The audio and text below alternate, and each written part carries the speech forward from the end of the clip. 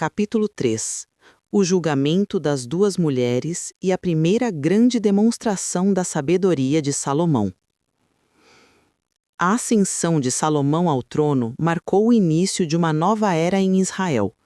Após o episódio em Gabaon, quando Deus lhe concedeu um coração sábio e capaz de discernir, o jovem rei retorna a Jerusalém, carregando consigo não apenas a unção real, mas a promessa divina de que governaria com inteligência, justiça e discernimento. O povo, que já começava a perceber sua autoridade, logo testemunharia um dos julgamentos mais impressionantes registrados na Bíblia: a história de duas mulheres que disputavam a maternidade de um bebê. Mais que um simples relato jurídico, este episódio, narrado na Bíblia Ave Maria, revela como a sabedoria divina se manifesta na prática, moldando decisões que ultrapassam a lógica humana. O julgamento de Salomão tornaria-se símbolo eterno da verdadeira justiça, tornando o rei conhecido entre as nações. O cenário social do reinado inicial de Salomão. Para compreender a profundidade deste episódio, é preciso visualizar a realidade da época. Israel vivia uma fase de reorganização social e judicial. O sistema jurídico era centralizado no rei, que exercia o papel de juiz supremo, amparado por anciãos, sacerdotes e escribas. No entanto, alguns casos eram tão delicados que apenas o rei poderia resolvê-los. A sociedade era majoritariamente agrária, e muitas mulheres viviam desamparadas, dependentes de sua própria força de trabalho. Entre elas estavam prostitutas, viúvas e estrangeiras, grupos frequentemente marginalizados. Foi desse ambiente que vieram as duas mulheres que procuraram o rei Salomão. Segundo o relato bíblico, ambas moravam na mesma casa e haviam dado à luz com poucos dias de diferença. Mas então o inesperado aconteceu. Um dos bebês morreu durante a noite, e a partir daí iniciou-se um conflito que apenas a sabedoria divina poderia solucionar. A chegada das duas mulheres diante do rei. Imagine a cena.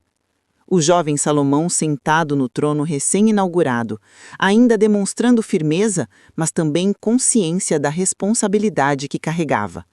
Seus conselheiros observavam atentos. Sacerdotes e oficiais do palácio acompanhavam cada movimento. E então, o grande salão se abre para duas mulheres de reputação simples, talvez amedrontadas e exaustas. Elas se apresentam ao rei. Ambas falam com intensidade. Cada uma defende sua verdade. A primeira afirma: "Meu senhor, esta mulher e eu morávamos na mesma casa. Cada uma deu à luz a um filho, mas durante a noite o filho dela morreu. Então ela se levantou enquanto eu dormia, trocou os bebês e colocou o filho morto em meus braços. Quando despertei pela manhã para amamentar meu filho, percebi que ele estava morto, mas ao olhar atentamente, vi que não era o meu filho."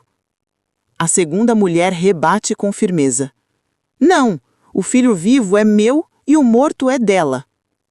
O salão inteiro se enche com a tensão da disputa. Não havia testemunhas, parentes ou evidências físicas. Seria a palavra de uma contra a palavra da outra.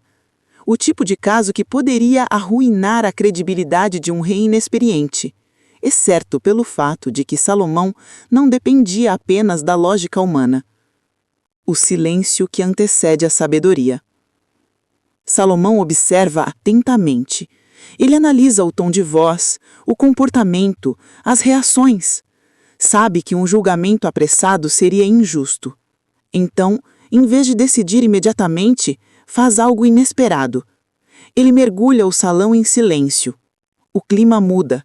Cada mulher aguarda seu destino.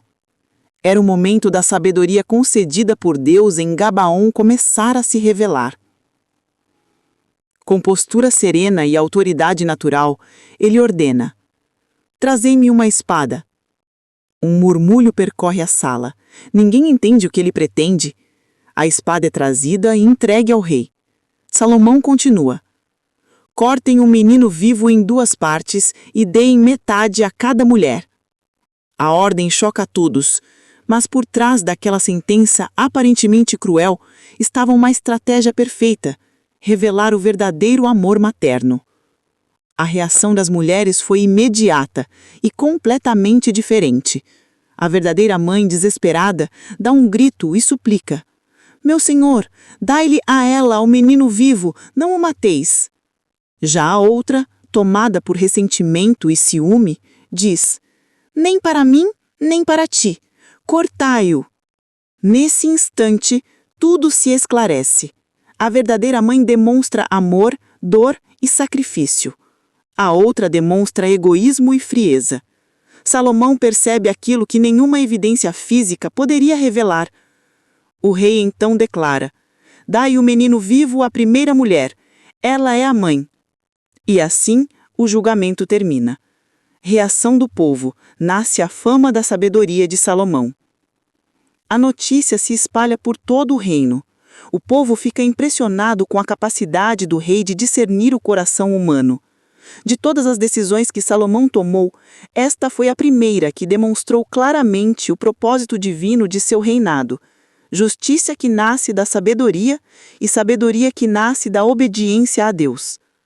Israel reconhece que Deus agia por meio de Salomão. O jovem rei não era apenas um governante, era um instrumento da vontade divina. Esse episódio se tornaria eternizado como símbolo da mais pura forma de justiça. O juízo de Salomão entra para a história como referência universal de discernimento.